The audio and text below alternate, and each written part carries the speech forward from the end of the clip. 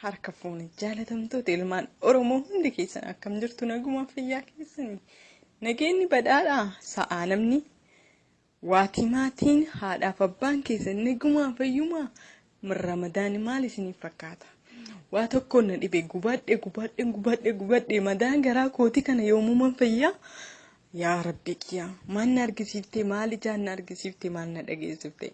Urgan dhaladheessa argeen beeku dhaga'een beeku weellisaa keenya jaalatamaa Kadiir Martuu kan jedhamu daa'imummaa koo irraa erga dhaladhee arge mucaa kana Oromoon kan jaalatu arge sirba isaas kan dhageeffatan arge weellisaan kun sabboonaadha abaawoodha kan jedhan arge addan quuftee galtuun biyya Arabaa galtee biyya adda addaa galtee kijibtuun fakkaattuun hattuun biyya Arabaa teettee ruuza quuftee namticha kana akkana ilma haadhaa baaraa ilma akkasii jettee maqaa namaa balleessitu ofeegi takkaan kijibtuu fakkaattuu bututtuu baalagee ta'a akka teessaniitu nama narrabsitu. Ishee dhiira usuu taate gatiin teettee akka inni biyya ofiirra taa'ee mormate san akka inni biyya ofiirra taa'ee qucame san tumame san dhiira taatu biyya kan keerra taa'e loli. Erga hilaalu jettee Kadiir Martuu irraa gaafii qabatu qaamaan itti dhaqee Finfinnee jira sin jedheera inni nu sitti himee jira.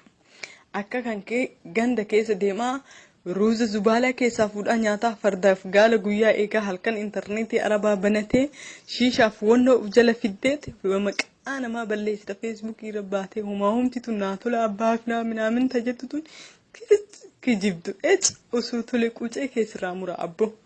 Jasbaawii baala gocha.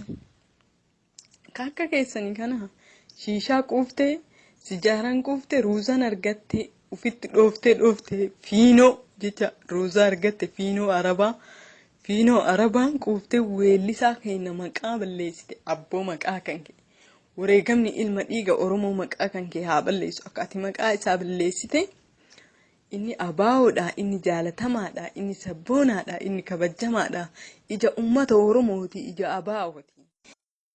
Harka fuuni jaalatamtoota ilmaan Oromoo hundi keessan akkam jirtu naguma fayyaa keessanii. Nageenyi badhaadhaa sa'aa namni waatii maatiin haadhaaf abbaan keessan naguma fayyuma Ramadaani maal isiniif fakkaata? Waa tokko na dhibe gubadhe madaan garaa kooti kana yoomuman fayyaa.